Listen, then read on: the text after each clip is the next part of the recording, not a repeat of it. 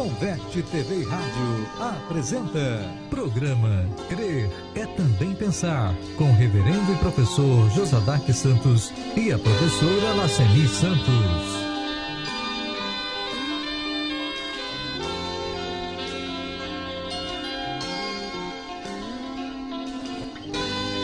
Bom dia a todos e a todas que nos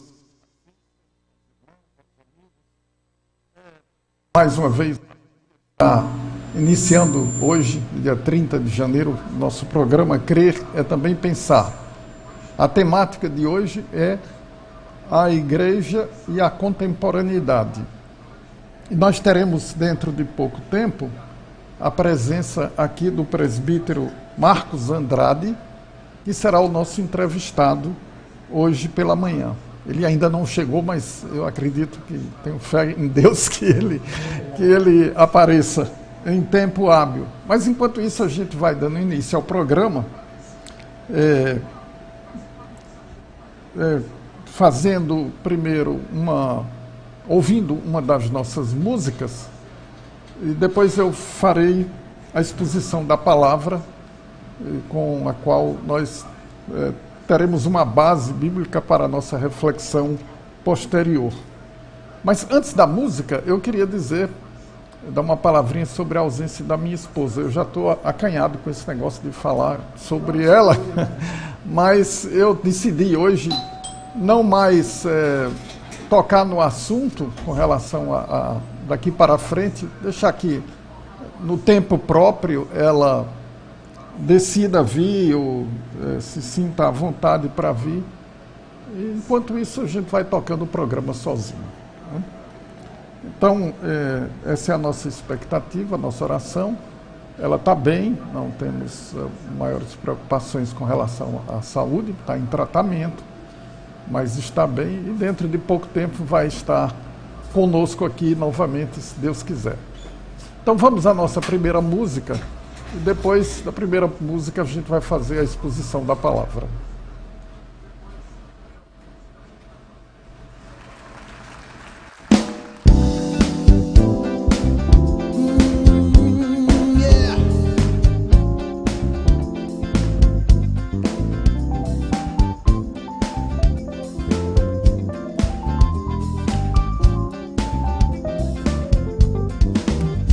Nas estrelas vejo a sua mão,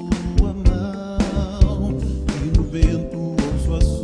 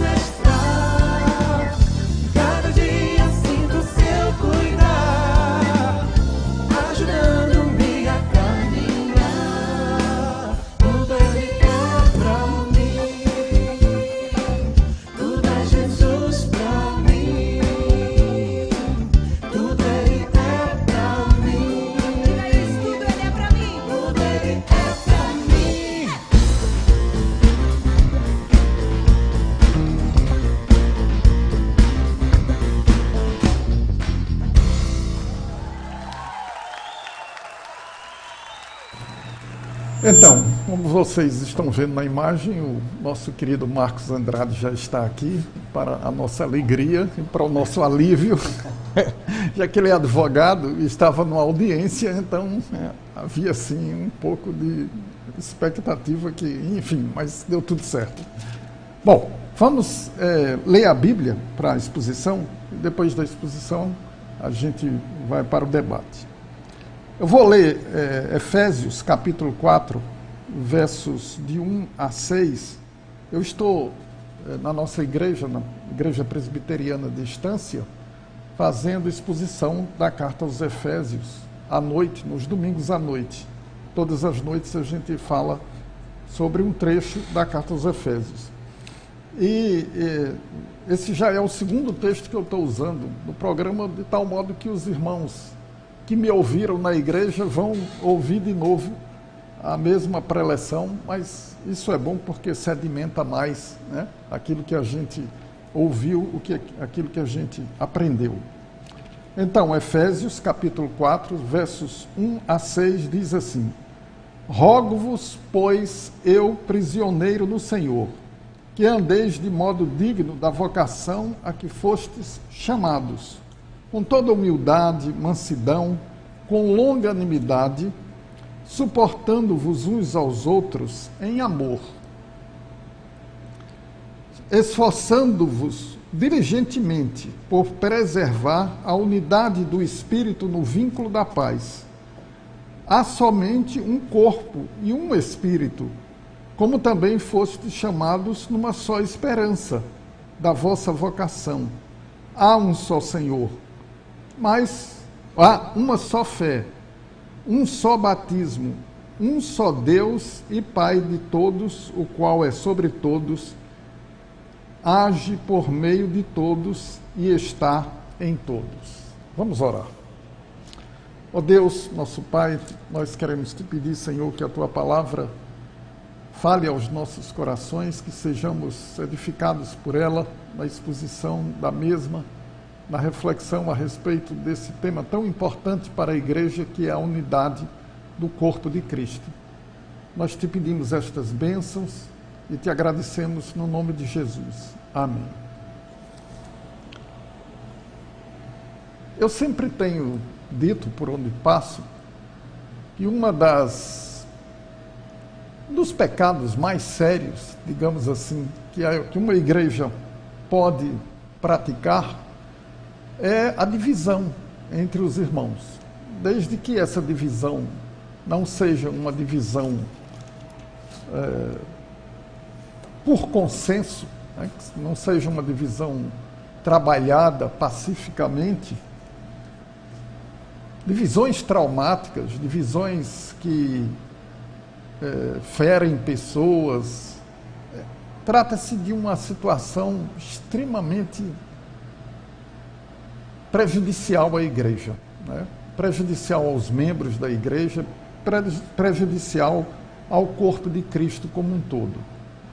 É por isso que o apóstolo Paulo, quando fala sobre esse assunto, numa de suas cartas, ele pergunta: porventura não há entre vós um sábio, né? Um homem capaz de trabalhar a conciliação entre os irmãos para que uma divisão efetivamente não aconteça? Tal era a preocupação do apóstolo Paulo com essa questão. Nesse texto, no capítulo 4 de Efésios, que é um capítulo introdutório a uma parte mais pragmática, digamos assim, da carta de Paulo aos Efésios, já que os primeiros capítulos são uma reflexão teológica de muita profundidade, Paulo introduz uma dimensão mais prática na vida da igreja, falando sobre essa unidade. E a primeira coisa a que Paulo se refere é a questão do comportamento das pessoas, né? Andeis, que andeis de modo digno da vocação, é na verdade uma referência à maneira como nós nos comportamos. E o comportamento a que Paulo está se referindo, que é um comportamento digno da vocação a que fomos chamados, dignos da condição de cristãos, de salvos, de alcançados pela graça de Deus, está subdividido na linha de raciocínio do apóstolo Paulo aqui em dois tipos de comportamento. Eu diria, um primeiro comportamento é um comportamento passivo, uma atitude passiva, e um segundo comportamento é um comportamento ativo. No que ele se refere ao comportamento passivo, verso 2, ele diz: com toda humildade, mansidão, com longanimidade, suportando-vos uns aos outros em amor. Disciplinas cristãs fundamentais na vida das pessoas na igreja, né? Humildade, mansidão, longanimidade. A palavra longanimidade diz respeito ao se tornar impaciente muito tardiamente, ou de preferência nunca perder a paciência, né? Ou ser paciente. A humildade é uma característica fundamental do cristianismo. Jesus foi muito claro a respeito disso quando lavou os pés dos discípulos, né? E ensinou a eles que quem quisesse ser o maior seria exatamente aquele que se colocasse na base da pirâmide, servindo aos outros. A humildade é, portanto, uma disciplina espiritual absolutamente fundamental na vida cristã. Ninguém se converte, ninguém alcança a graça de Deus se não se humilhar, né? Quando o Espírito Santo nos convence do pecado, da justiça e do juízo, ele nos está proporcionando o sentimento e a consciência de que diante de Deus nós não somos ninguém e nem nada, né? Que somos pecadores desgraçados e que precisamos da graça de Deus. Isso é uma atitude de humildade. A mansidão é uma outra disciplina muito importante, porque é inconcebível que uma igreja ou que irmãos sejam ou convivam com pessoas que não sejam mansas, pessoas que sejam bravas, pessoas que sejam briguentas, pessoas que sejam divisionistas, causando problemas entre irmãos, né? Isso é uma condição humana, uma condição do pecado muito, muito fácil de se realizar, né? E, portanto, a mansidão acaba sendo uma disciplina espiritual fundamental para que essas condições de unidade do corpo de Cristo possam, entre a unidade referente às pessoas, possa se manter como algo muito corriqueiro e como que seja uma dinâmica da própria igreja, né? Do convívio entre os irmãos. Assim como também a longanimidade e a paciência, que é nada menos do que a paciência, né? A ideia de que a gente deve suportar os irmãos, não só naquele sentido do suportar, porque o irmão é chato, isso ou aquilo, mas suportar no sentido de dar sustento, de dar amparo, de estar a serviço do outro, né? Então, tudo isso tem a ver com essa dimensão da longanimidade. Por isso o apóstolo Paulo diz: suportando-vos uns aos outros em amor, né? O amor que é o vínculo da perfeição, o amor que é o elemento motivador de toda essa unidade, de toda essa comunhão que é possível existir na igreja do corpo de Cristo. Depois o apóstolo começa a falar do que eu vou denominar de atitude ativa, né? Um comportamento ativo em relação à unidade do corpo de Cristo, porque ele diz assim: esforçando-vos diligentemente por preservar a unidade do Espírito no vínculo da paz. Nós precisamos diligentemente, habilmente, não é? De forma muito... O trabalho de diligência, o pessoal da polícia conhece bem esse termo pessoal do direito ligado a direito criminal, essas coisas, conhece bem essa ideia no sentido da diligência enquanto uma atitude de busca, de investigação, de detalhes, né, que contribuam para elucidar uma determinada situação. Então é como se o apóstolo Paulo estivesse dizendo que nós precisamos diligentemente procurar aquelas situações em que a possibilidade de um conflito seja algo muito eminente, seja algo eminente, ou seja algo que efetivamente venha acontecer na comunidade. Atitudes preventivas para que não se estabeleça uma situação de desunião na igreja. Eu me lembro daquela expressão do apóstolo Paulo sobre as duas irmãs lá de Romanos, era de Roma? Sintique e Evódia. Sintique e Evódia, que não se entendiam, né? Não se entendiam, eram briguentas aquelas mulheres. E o apóstolo Paulo as adverte no sentido de que elas procurem pacificar-se no Senhor, buscando a aplicação desse princípio.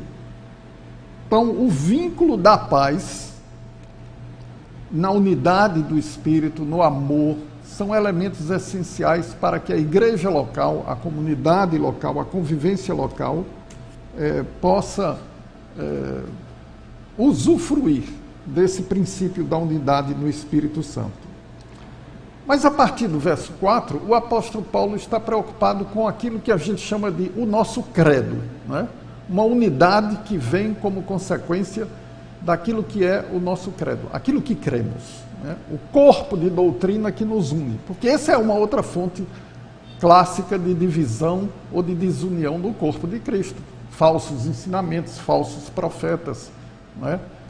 Heresias, etc., coisas que não edificam ou não constroem para a vida cristã um entendimento correto e adequado de fidelidade à palavra de Deus, ao ensino dos apóstolos, dos profetas e dos apóstolos.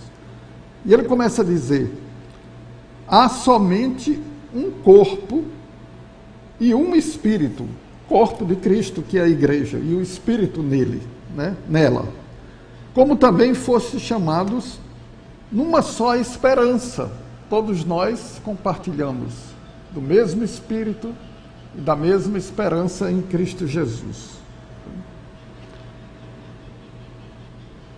Depois ele diz: há um só Senhor, Jesus, né, que é o cabeça da igreja, uma só fé, um só batismo. Todos nós somos batizados em nome do Pai, do Filho e do Espírito Santo. Mesmo que haja divergências quanto à forma, batismo por aspersão, batismo por imersão, batismo por efusão, todas essas formas são formas distintas de obedecer ao mesmo princípio do batismo, um só batismo. E, finalmente, a unidade em torno da pessoa de Deus, né? Porque o apóstolo Paulo diz: um só Deus e Pai de todos, o qual é sobre todos e age por meio de todos e está em todos. Então, Deus é o grande alvo e a grande razão dessa unidade do corpo de Cristo. Quando Jesus orou certa vez, disse que agradecia ao Pai por Ele e o Pai serem um, assim como nós também, a igreja, é um neles, né? Então, o sentido de unidade perfeitamente estabelecido. Então, irmãos, nós precisamos estar atentos a isso, né? A unidade do corpo de Cristo, a unidade do corpo de Cristo no Espírito Santo, a unidade do corpo de Cristo calcada no amor, na longanimidade, nas disciplinas espirituais, e também a unidade decorrente da fidelidade à sã doutrina, aqueles ensinamentos da palavra de Deus que nos unem. Mesmo que tenhamos denominações diferentes, interpretações diferentes de determinados aspectos do ensinamento da doutrina, mas reconhecermos que, de uma forma mais ampla, somos todos parte da mesma igreja, do corpo de Cristo, e por isso existe uma unidade espiritual, a chamada Igreja Invisível. Que o Senhor nos abençoe e nos ajude a viver na prática, no nosso dia a dia, nos nossos relacionamentos com os irmãos da igreja, essa unidade. Vamos para mais uma música do DVD do Vencedores por Cristo. Depois a gente vai conversar com o presbítero Marcos Andrade.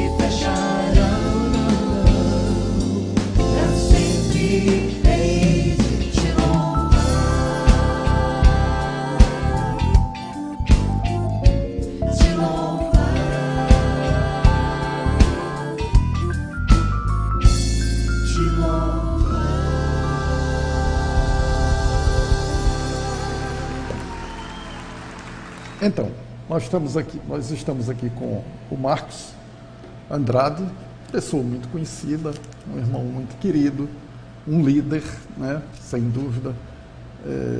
Ele tem demonstrado muito amor pela igreja.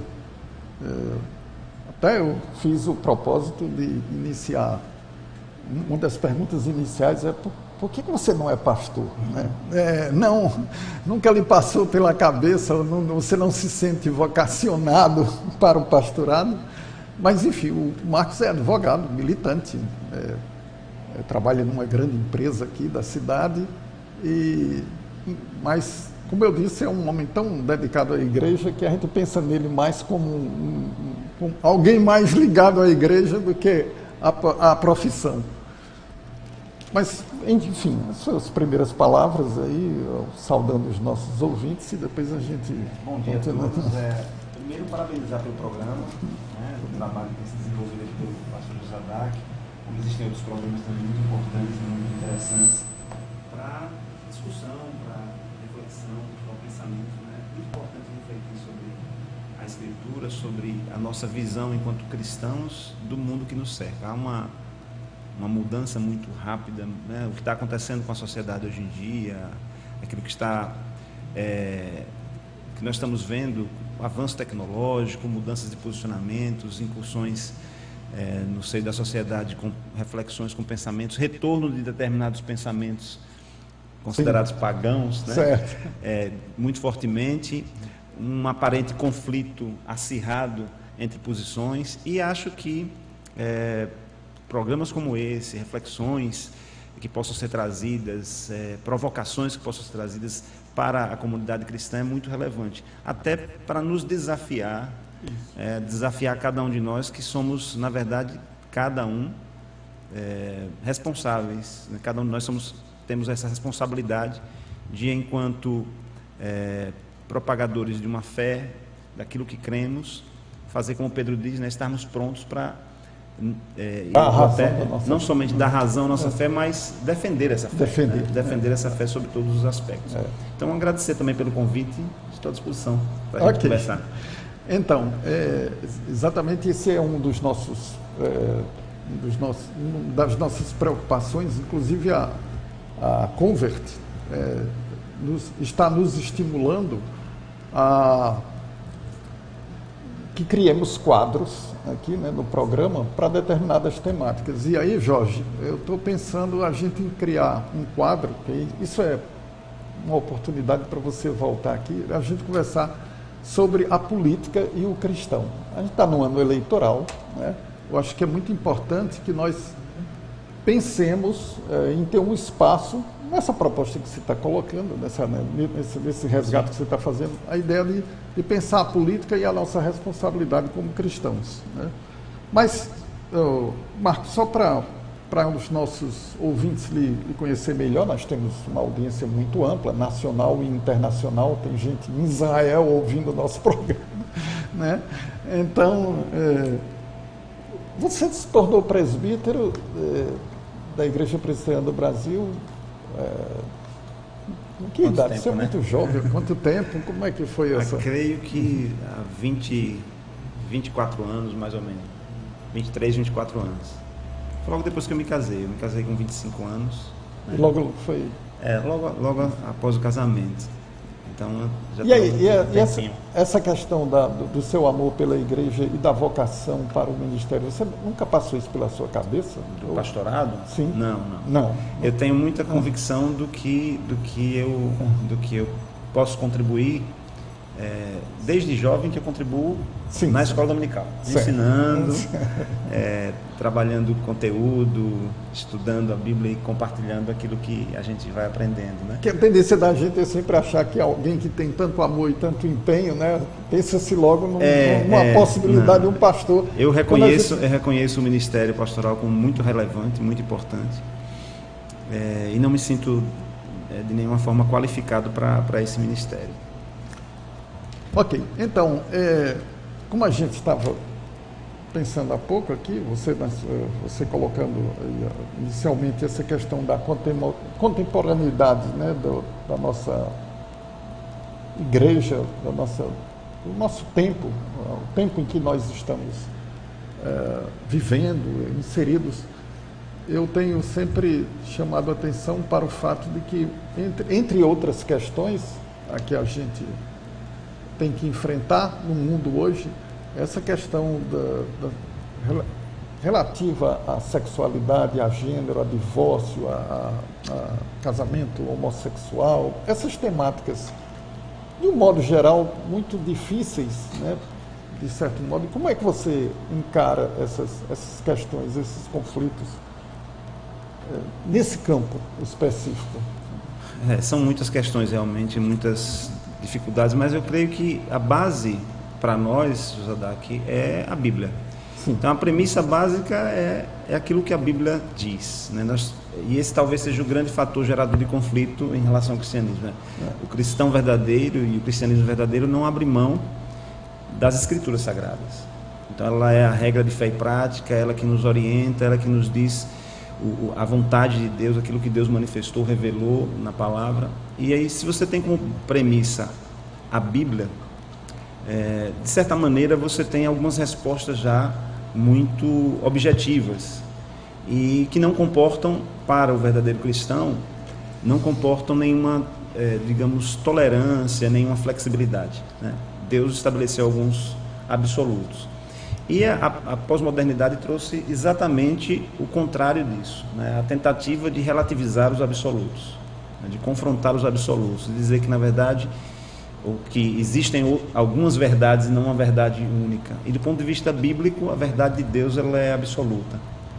Quando a gente fala sobre essas questões, por exemplo, de homoafetividade, ideologia de gênero, a palavra de Deus também nos traz uma base de sustentação muito forte, né? Então, de certa forma, nós temos que pensar que muitos desses aparentes conflitos que possam existir na cabeça do cristão em relação a isso, eles são facilmente diluídos, eles são facilmente afastados quando você se coloca diante da palavra de Deus para olhar com os olhos daquilo que está escrito lá. E isso, tendo a Bíblia como referência, você tem algumas respostas muito claras. Porém, você também tem algumas, sim, só para complementar, você tem algumas premissas, alguns princípios. Um dos princípios bíblicos, que eu vou sintetizar numa frase, tentar sintetizar numa frase, é que é o amor ao pecador por parte de Deus, né? E o ódio ao pecado. Então, a nossa luta, a luta do cristão, a guerra do cristão não é contra o pecador. Sim. Deve ser contra o pecado. Nesse sentido, amar o pecador, compreender a sua situação, muitas vezes até a sua cegueira em relação às coisas espirituais, é algo que eu considero como importante para essa vivência do cristão no mundo atual. Porém, a outro lado não abrir mão daquilo que a palavra diz que seja ofensivo a Deus, seja pecado. Então, amar o pecador, mas odiar o pecado. Nesse contexto, por exemplo, falando da homossexualidade, dos relacionamentos homoafetivos, a Bíblia é muito clara sobre isso, né? E muitas vezes a gente tenta categorizar o que é um pecado grande, um pecado pequeno, um pecado médio, né? Mas a palavra não faz essa categorização de pecados, né? E a nossa principal referência em relação à aplicação, à vivência da palavra é o próprio Jesus, que é a palavra encarnada, é o Deus que se fez homem, né? Que habitou entre nós para manifestar exatamente o caráter, quem é Deus.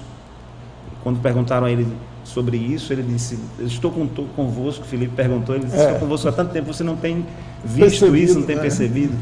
Então, quando a gente olha para a referência que é Jesus, a gente percebe muito claramente essa aversão ao pecado, mas esse amor ao pecador, que não é o mesmo que uma tolerância, uma complacência ou uma falta de objetividade no tratar, no enfrentar as questões. Sim. Então, às vezes a gente confunde isso também. Então, não existe pecado maior. Então, o mentiroso, ele é tão pecador como qualquer outro, pratica um pecado tão reprovável como qualquer outro pecado que a sociedade, muitas vezes, que os cristãos muitas vezes querem acentuar. Então, a prostituição é um pecado grave, não é diferente para a Bíblia da mentira, sim, do engano, do suborno, daquele que sonega o imposto, né, de forma que pratica qualquer tipo de ilicitude. Para a Bíblia, está tudo dentro do mesmo contexto, né? Pecado. E aí, pode falar. Então, mas tem duas coisinhas aí ainda que eu acho que seria interessante a gente pensar, né? Primeiro, o lado pastoral dessa questão, né? Pragmaticamente falando, já que o nosso tema é igreja, né? Como é que a gente deve lidar pastoralmente com essas questões? Pessoas que são homossexuais, que são cristãos, que são filhos de crentes, ou enfim, né, situações, a pessoa alcançada pelo Evangelho, aí vem para a igreja ou se sente rejeitada. Essa semana mesmo eu tive uma experiência objetiva lá na minha paróquia, na minha igreja, né? Exatamente nesse sentido. A pessoa expressou: não, pastor, as pessoas me julgam, as pessoas me olham para mim de forma diferenciada. Esse seria um aspecto. E o outro aspecto seria a questão política, né? Então, assim, Essa nossa convicção cristã, bíblica, teologicamente conservadora, digamos assim, e o Estado? A gente pode ter duas convicções, uma convicção, aquilo que Weber chamava de ética da responsabilidade e ética da convicção, a ética da convicção, que é a ética religiosa, né, por assim dizer, e a ética da responsabilidade, que é a ética relativa às responsabilidades do Estado. Então, como o cristão lidar com essa dimensão, a partir de sua condição de cristão? Do ponto de vista, não posso nem falar como um pastor, mas daquilo que a palavra de Deus nos diz, mas você é tratar uma situação como essa, a orientação para a igreja, eu imagino que seria exatamente a orientação bíblica. Olha, conduzir o pecador ao entendimento acerca da palavra, do que a palavra diz, acerca do amor de Deus, acerca daquilo que... mas também confrontá-lo com o pecado. Sim. Então, se eu encontro na igreja alguém que, por exemplo, é um pai, mas ele tem um tratamento com a esposa que é incompatível com a Bíblia, eu vou confrontar essa pessoa e dizer, olha, você está tratando tendo um comportamento inadequado em relação às Escrituras. Sim. Se eu encontro alguém que entregue aos vícios, entregue à prostituição, eu vou confrontá-lo com a Escritura e dizer, olha, você está praticando uma conduta contrária às Escrituras. Se eu encontro alguém que está praticando a homossexualidade, eu vou confrontá-lo com a Escritura e vou dizer, olha, sua conduta do ponto de vista da Escritura, ela é reprovável. Então Deus reprova essa conduta, esse comportamento. E eu vou tratar, ou vou, às vezes até com ferramentas que o próprio Deus nos dá, né, relacionadas com a psicologia, relacionadas com em alguns casos, não estou falando exatamente do caso da homossexualidade, mas com a ciência, né? Sim. Vou tratar essas questões, eu vou enfrentar essas questões, mas nunca abrir mão ou deixar de enfrentá-las sob o ponto de vista daquilo que a palavra de Deus afirma. Então, também não vou tratar essa pessoa de forma discriminada em relação a outros tipos de pecado, achando que é um pecado maior do que aquele outro pecado que nós toleramos como uma mentira, etc. Do ponto de vista do Estado, uma coisa que precisa ficar muito clara é a busca do reconhecimento, da permanência do reconhecimento da liberdade de expressão. Eu acho que é fundamental que se mantenha aquilo que já é constitucionalmente assegurado, mas que existe uma corrente forte, né, querendo, de alguma maneira, restringir essa liberdade de expressão, que implica em que eu possa manifestar a minha crença, a minha fé, inclusive quando essa fé for contrária a comportamentos morais aceitos pela cultura, pela sociedade. Eu tenho que ter essa liberdade de dizer, olha, do ponto de vista da minha fé, esse comportamento não é inaceitável. Isso não significa dizer que eu vou afrontar as pessoas, que eu vou ofendê-las, que eu vou diminuí-las, que eu vou humilhá-las. De forma alguma. Significa apenas que eu tenho que, não concordando com determinados comportamentos, ter a liberdade de expressar que não concordo e por que não concordo. Mas você diria que o cristão pode apoiar uma política de Estado, uma lei, uma legislação que permita, por exemplo, casamento gay, que o arranjo político, social necessário nessas situações de Estado? Essa é a minha preocupação. Em Romanos capítulo 13, você conhece muito bem, a relação do cristão com o Estado, ela é colocada lá sobre uma perspectiva muito objetiva. Diz que nós devemos respeitar as autoridades constituídas, mas também fala de algumas premissas, que essas autoridades constituídas, elas foram assim constituídas por Deus, não há uma classificação, né, autoridade A, B ou C, mas a autoridade foi constituída por Deus, mas diz que eles foram constituídos por Deus para o bem, né, para a proteção da sociedade, para fazer aquilo que, teoricamente, ainda que não fosse no ambiente religioso, para atender os ditames de uma religião, mas fosse do ponto de vista social, do ponto de vista da ética social, aquilo que fosse compatível com a vontade de Deus, né, no âmbito da sua providência. Se isso não está acontecendo, se existem legisladores, por exemplo, que pretendem criar leis que são contrárias à palavra de Deus, que restringem aquilo que Deus estabeleceu como valor absoluto, então eu devo me posicionar contra isso, né? Eu, como cristão, não posso me posicionar favorável a legislações desse tipo. ainda que eu reconheça o direito das pessoas de lutarem por aquilo que acreditam. Sim. Mas do ponto de vista, se acreditam em algo que é contrário à palavra de Deus, se aquilo vai se tornar uma norma que vai trazer reflexo para mim, para a igreja, impedindo que a igreja, por exemplo, possa manifestar essa sua posição, então eu entendo que nós não podemos acatar esse tipo. Recentemente estava acontecendo uma discussão sobre a questão da ideologia de gênero, por exemplo. Né? Sim, sim. Uhum. E a tese da ideologia de gênero, ela é decisivamente contrária àquilo que as escrituras estabelecem como referência. Né? Então, se nós trouxéssemos de volta as questões relacionadas com o paganismo, falando assim de modo geral, não aprofundando muito, mas falando de modo geral, o paganismo enxerga, por exemplo, que Deus e a natureza em determinado momento são a mesma coisa. Sim. Né? Não há distinção entre Deus e a natureza, o panteísmo fala isso. Isso. Se formos observar o que fala a teoria da evolução, Deus e os homens e os animais são a mesma coisa, porque os homens, na verdade, são animais que evoluíram. Né? Então não há distinção.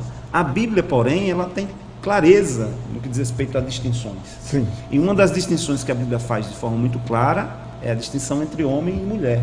Sim. Né? Enquanto que a ideologia de gênero fala que o sexo ele é biológico, mas o gênero, se você vai ser homem ou ser mulher, é uma construção social, a Bíblia não dá espaço para esse tipo de abordagem como sendo uma abordagem aprovada por Deus. Então, homem e mulher, essa distinção existe. E existe não quando Deus classifica um melhor que o outro, mas com papéis diferentes. Sim. Né? Que são a base da sociedade, com funções diferentes e tudo mais. Então, do ponto de vista do que a Bíblia fala, essa teoria, essa visão da ideologia de gênero, ela vai diametralmente oposta àquilo que a palavra explica. Então, como eu posso ser favorável a legislações que vão aprovar, por exemplo, que haja o ensino maciço, a divulgação maciça, o ensino nas escolas dessa ideologia, quando é uma ideologia contrária e vai ofender a minha fé, ofender aquilo que eu creio. Então, assim, não é uma posição meramente conservadora. Eu defendo que todos possam ter uma opinião contrária também, né? Sim. Que as pessoas possam ter opinião contrária. Mas eu defendo também que essas opiniões contrárias, como as que a igreja possui, a igreja cristã possui, sejam respeitadas, sejam vistas e respeitadas. E que essas posições, do ponto de vista do Estado, o Estado se mantenha absolutamente, nesse caso, absolutamente a parte disso no que diz respeito a tomar um posicionamento A ou B nesse sentido. Ok, vamos para mais uma música, Jorge, e a gente, depois da música, a gente volta a conversar aqui com o presbítero Marcos Andrade. Estou caminhando.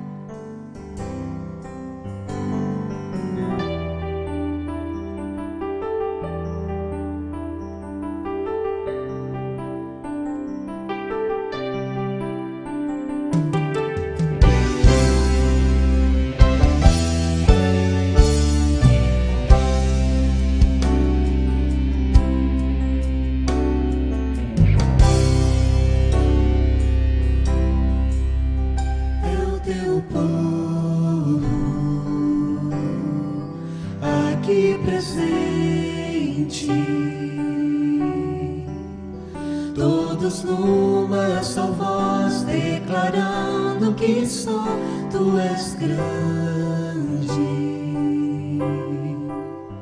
exaltamos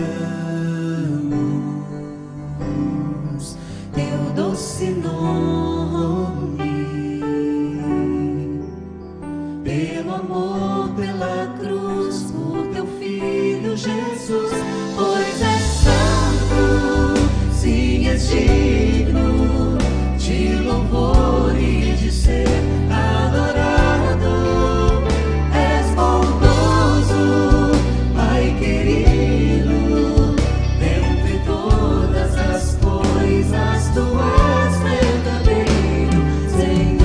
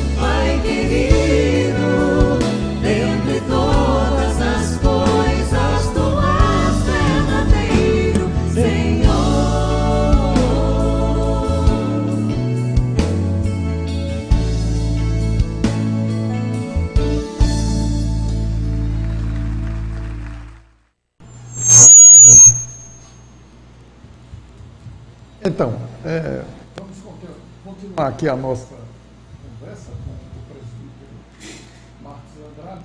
Dessa vez a gente vai tratar um pouco a questão da cultura, né? A relação entre o cristão e a cultura, a contracultura cristã em relação à cultura dominante na nossa sociedade. Essa questão da cultura, inclusive, anda até permeada por um debate sobre arte, o que é arte, o que não é arte, né?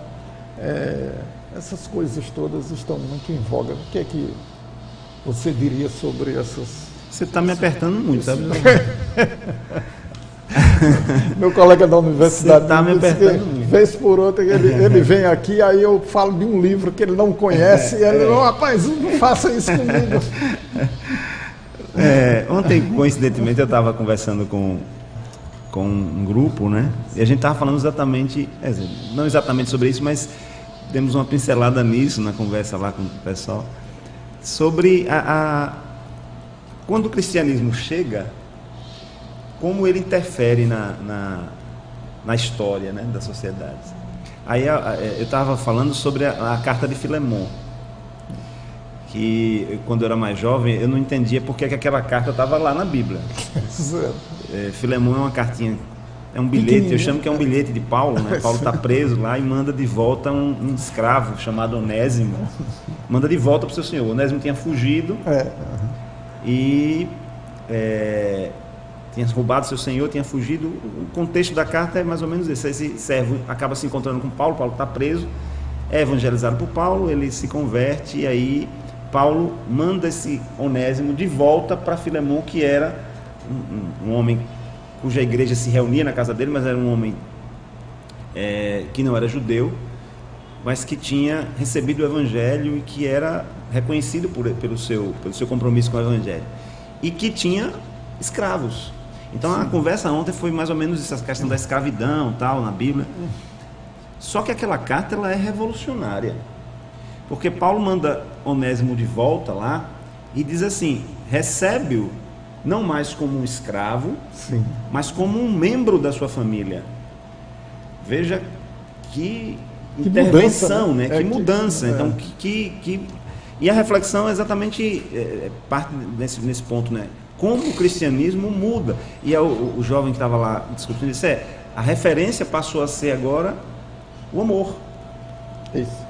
Que é uma palavra hoje tão desgastada, mas que na Bíblia tem várias conotações, né? Por exemplo, em Coríntios 13, o amor tem sentido de maturidade cristã. O amor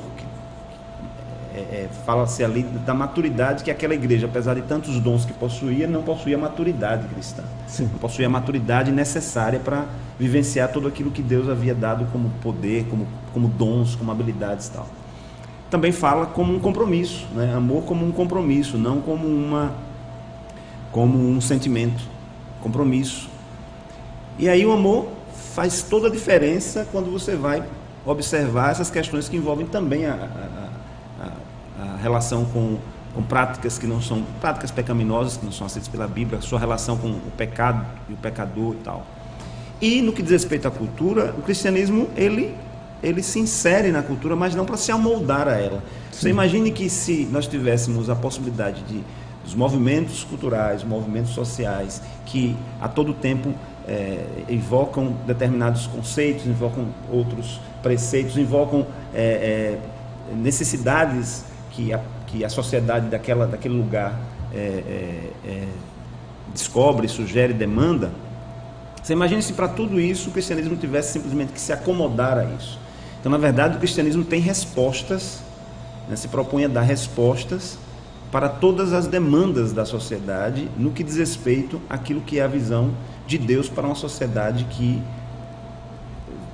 conviva para a sua glória, que viva para fazer a sua vontade, para glorificar o nome dele. Então, ao se inserir o cristianismo em qualquer cultura, ele vai fazer a diferença, ele vai moldar essa cultura de maneira que vai conduzi-la àquilo que é a base, o centro do cristianismo, que é Cristo, ou seja, Cristo, Deus, né? Um exemplo bem característico desse conflito é o problema que os missionários enfrentam com os indigenistas, né? Os antropólogos que lidam com e outros profissionais que não necessariamente antropólogos, mas que estão ligados a essa questão da preservação da cultura indígena. Então você encontra grupos que matam crianças defeituosas, porque eles acham que ou então gêmeos, eles têm que matar um, porque e os missionários que são muitas vezes levados até subtrair as crianças dos pais, né, da comunidade lá, porque senão efetivamente eles vão matar. Então, para evitar a morte, eles sequestram, digamos assim, as crianças, né? Mesmo que depois de um trabalho, né, isso seja feito, mas na ânsia de evitar que aquilo, ou a própria tribo, depois, com o decorrer, com o conhecimento do Evangelho, né, vai reconhecendo que aquelas práticas não são corretas, e há uma transformação, exatamente isso que... Mas inicialmente é um conflito. Sim. Né? O cristianismo realmente é uma proposta de transformação de vida, né? Uma proposta de mudança de vida. O homem sai de um estado de pecado, de depravação total, como diz o calvinismo, né? De cegueira também. Cegueira espiritual. Então sai e ele passa a ter uma visão diferente a partir não somente da intervenção do Evangelho, mas principalmente, especialmente da intervenção do próprio Deus. Não é o homem, não é o pastor, não é o pregador que faz essa transformação acontecer, mas é o próprio Deus. E nessa proposição, o que a gente encontra nas Escrituras são as referências que a gente tem em termos de... Quando você olha para a história do cristianismo, para a história da igreja, você encontra situações que, do ponto de vista bíblico, não seriam aceitáveis hoje. Por exemplo, a poligamia em algumas culturas, né? Não seriam aceitáveis. Mas até na Bíblia existiam situações que hoje, se você for observar, e Hebreus fala disso como Deus tendo tolerado os pecados, tolerado algumas situações, mas a visão sistemática da Bíblia, a visão do cristianismo como um todo, né, nos mostra claramente que a vontade de Deus está muito iluminada a partir do Espírito Santo, a partir daquilo que está escrito, para nos mostrar que a cultura, que o cristianismo ele transforma as pessoas, transforma as vidas, transforma a cultura, né? Não para afastar as pessoas daquilo que seja compatível, há uma compatibilização, né? A adoração, o louvor, a exaltação, as manifestações de louvor, as expressões de louvor se compatibilizam com as Escrituras, né? Porém, práticas como a poligamia, práticas como a aceitação de determinados comportamentos como esse que você mencionou, essas são confrontadas pelo cristianismo e não aceitas pelo cristianismo. Então, nesse sentido, o cristianismo, em relação ao Velho Testamento, não sei se a gente poderia dizer isso, mas intervém mais, ou intervém em certas áreas que no Velho Testamento não existiu esse tipo de intervenção. O que eu quero dizer é o seguinte: Gênesis está lá, no princípio criou Deus os céus e a terra e tal, aí tem a criação do homem, tem a instituição da família, o casamento. O homem, não é bom que o homem esteja só, dar-lhe uma companheira, etc., né? Mas aquele texto e aquilo faz parte da história de um povo cuja cultura é poligâmica, né? No Velho Testamento você vai encontrar servos de Deus, Abraão, enfim, né? Todos homens que viviam uma situação de poligamia, né? De escravas que eram dadas, inclusive, como foi o caso de Sara, que deu Agar para Abraão para que ele tivesse um filho. Quer dizer, você tem uma dimensão da cultura no Velho Testamento marcada por situações que, para a nossa cultura cristã, para o advento do cristianismo, isso seria alvo de censura, de reprovação, de transformação, né? Mas isso não ocorreu no Velho Testamento. Só vou discordar um pouco, Jodaque, no que diz respeito ao fato de que o modelo de Deus, desde o Gênesis, está estabelecido. Não, o modelo de Deus foi estabelecido no Gênesis, eu concordo com isso. Mas toda e qualquer manifestação fora do modelo de Deus, mesmo ocorrendo durante o Antigo Testamento, mesmo ocorrendo junto ao povo hebreu, o povo escolhido para ter um relacionamento direto com Deus, né, o povo eleito, mesmo esses comportamentos dentro de lá, eles não eram comportamentos que Deus que se poderia considerar como não sendo contrários ao modelo de Deus, ou seja, como se Deus tivesse dois modelos, um modelo para Israel, para os hebreus, do ponto de vista cultural, e um modelo para nós hoje. Na verdade, o modelo de Deus é aquele, estabeleceu, uniciar o homem e a sua mulher, tornar-se uma só carne, né? Ou seja, monogâmico talvez... dentro da história dos hebreus, esse é um dos erros hebraicos, né? que embora não confrontado, mas há um pecado, obviamente, manifestado ali em relação a esse comportamento que é afrontoso a esse princípio. O que eu estou querendo talvez chamar a atenção é para o fato de que, com o advento do cristianismo, esse papel de transformador da cultura, da graça como transformadora da cultura, da graça como a base de uma contracultura, é muito mais evidente, isso é uma coisa muito forte na história da igreja e no relacionamento da igreja com a sociedade pós a igreja neotestamentária, a graça neotestamentária, comparando com o Velho Testamento. Né? Sim.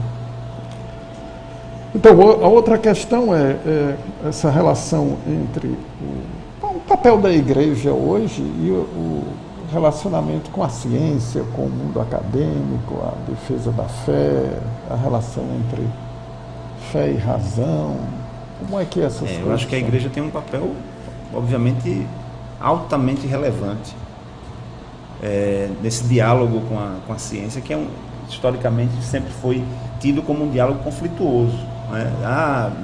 Onde a razão entra, não existe possibilidade da fé, mas também ao longo da história se mostrou que isso não é tão contundente assim. O radicalismo dos que dizem isso muitas vezes acabam conflitando com o pensamento de homens cujo conhecimento, cujo aprofundamento na ciência acabaram por aproximá-los mais de Deus, da divindade, né? Ao invés de afastá-los da divindade, aproximaram esses homens mais de Deus.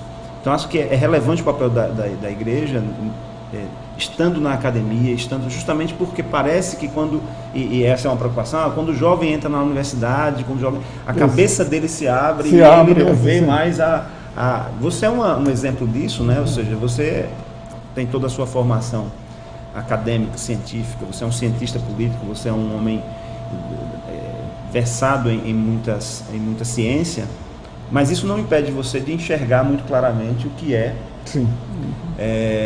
quem é Deus, né? A importância, a dependência de Deus e como Deus, na verdade, está no controle, inclusive, da ciência.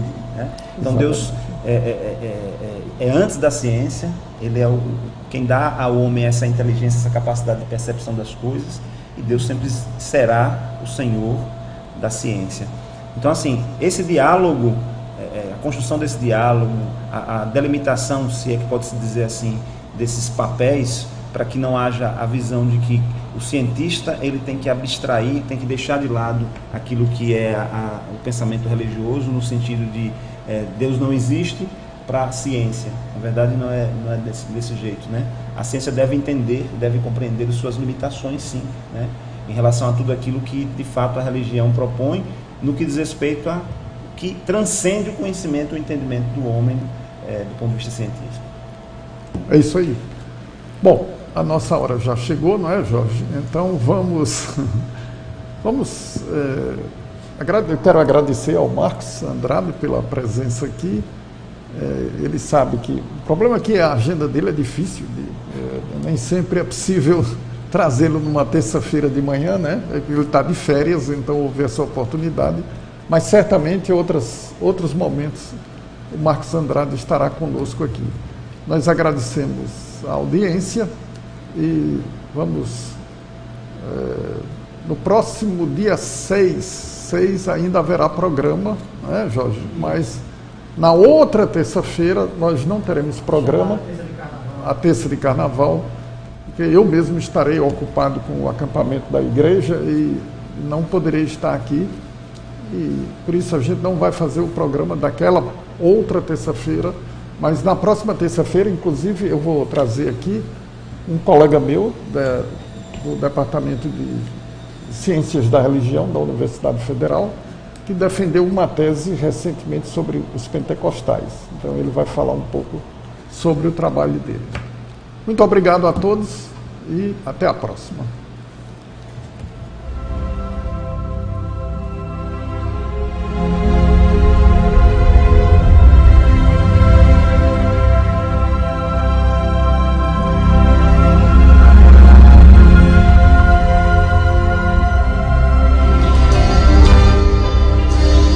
Converte TV e Rádio apresentou o programa Crer é Também Pensar, com o reverendo e professor Josadaque Santos e a professora Laceni Santos.